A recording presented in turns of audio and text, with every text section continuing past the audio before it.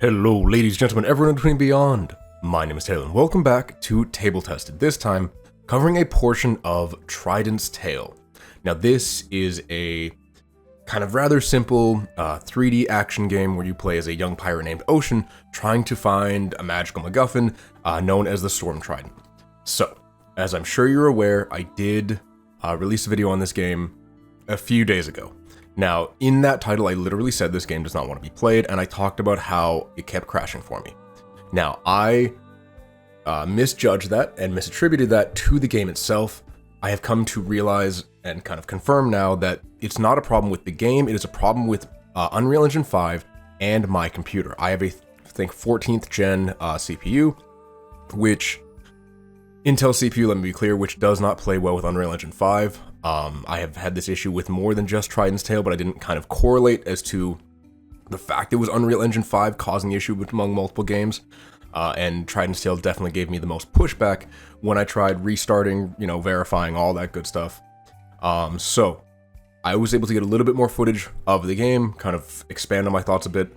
And I want to rescind my earlier statement. It was not the game's fault, it is the engine's fault, or rather my CPU's fault and the engine's fault because they don't like to communicate for various reasons. It's nothing I can do there. I will try to remedy the issue if possible. I can't afford to just buy a new CPU, but I will see if there's any other workarounds. I know some rather techie people, and if there's not, then I will just make it very clear when I'm reviewing an Unreal Engine 5 game and, how much of that game I was able to actually encounter and interact with as a direct result. Anyway, I want to redo and kind of remake the video from earlier because the game deserves that much. So, thank you to Press Engine for a review code for the game. The game is developed and published by 3D Clouds and retails on Steam for $32.50 Canadian, so probably $30 US or your regional equivalent. And as I said in the intro, you play as a young red-haired pirate named Ocean who kind of opens up with you on this little inlet with your father figure, whose name escapes me at this moment, who's like, hey, go collect me some tools, and you're just like, no, I want a sword. I'm like, okay, whatever.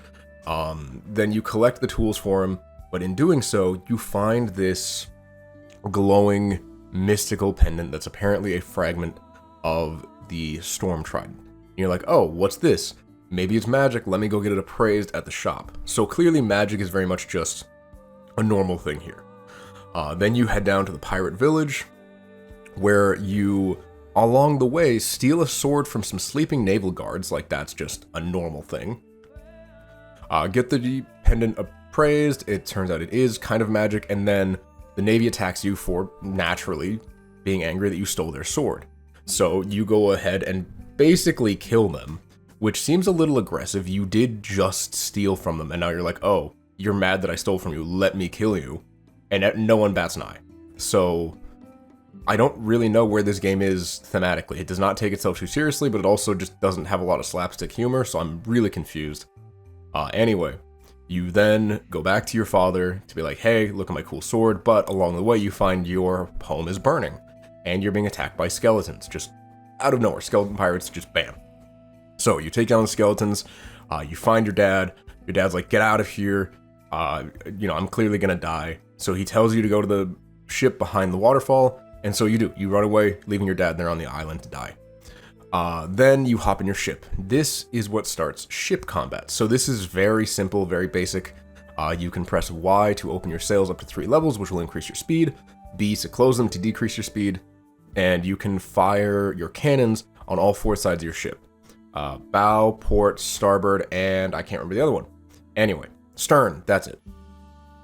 Like I said, very simple combat. You fire on enemy ships, and then when they're low enough health, you can board them and just steal a couple resources. There's no animation for it. It's very much Skull and Bones, where it's just fade to black, back to game.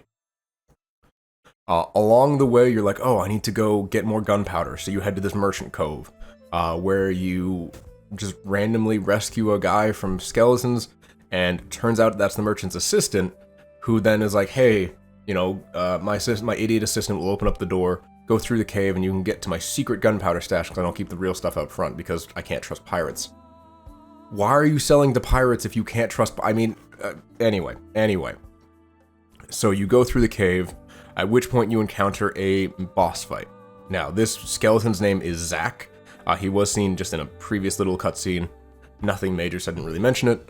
The boss fight is okay. There's nothing to write home about. About halfway through the fight, you are joined by a magic woman named Alec, who then gives you the ability to curse people, which just means they take more damage. You fight Zack, get him to half health, and then he just, poof, disappears. Just nothing, he's just gone. And they're like, okay, bye. And then Alec decides to join you on your ship, at which point the game crashed on me again, and I could not get it to load back up again. That is, as far as I can tell, an Unreal Engine issue, specifically with shaders, and possibly some other things, I can't be sure. But that's where I got in the game. So, I want to say maybe 30 minutes in. Now, I talked a lot about the story, just rambled on about that. The gameplay itself is very simple. You know, you have a dodge, you have an attack, you have a gun, which just acts like a temporary stun effect. And what I noticed with Alec, is that you get a curse ability, meaning you can curse enemies to take more damage from subsequent attacks. And from watching the trailers, magic is a pretty big part of this game. There are magical constructs, there are golems, there are other party members joining your crew. Now, I don't know if it's kind of, say, Tears of the Kingdom style, where when a crew member joins, you gain a special ability relating to that crew member, or if they will be a playable, usable character. I was not able to determine that based on my gameplay or the trailers. I think it is going to be the former, meaning that you'll just get an ability, but I cannot be sure. In addition to that, the game has a very simple crafting system where you can craft different armor, weapons, cannons for your ship, health potions, stuff like that. Speaking of, the health potions were shells and skeleton bones. I'm not sure what that's supposed to imply there. Anyway, this game very much strikes me as kind of more of a kid's game, or rather let's say a younger person's game, and I don't mean like that, oh, I'm so old, but more in that it is very simplistic, it's not mechanically complex, and it's a great game for little kids. Or younger kids, I should say. I remember reading some Steam reviews. I believe there were 9 at the time of my original recording. There was a guy who said, my 7-year-old loved this. And I think this honestly kind of fits in with that younger demographic. It's very colorful graphics, it's very simple mechanics, and it's really forgiving for, less experienced players. Now, this game did release on Nintendo Switch, and I believe that's kind of its intended platform, especially based on performance. Nothing was terrible, but it wasn't running at 60, 90 FPS, all that stuff. So I do believe that, Switch is a great platform for this. Play it with your kids. Have your kids play it, and I think they'll really enjoy it. So, I want to apologize personally to 3D Clouds and to possibly Block Fortress 2, as well as the EX Zodiac devs, as I do not know if those games run on Unreal Engine, if that was causing the issue. If it was, I will look into it, and I will potentially make a new video on those games if I'm able to get them to run. Anyway, with all that being said, thank you again to 3D Clouds, thank you again to Press Engine, and thank you, ladies, gentlemen, everyone in Twin Beyond for being here. I understand this is a bit of a different video, but I've made plenty of mistakes in not only recording, but editing these videos. The video I put out on Trident's Tale was unfair to them. So I'm making up for it by making this video. Hope you understand, hope you stick around, and I'll see you in the next one. Bye-bye!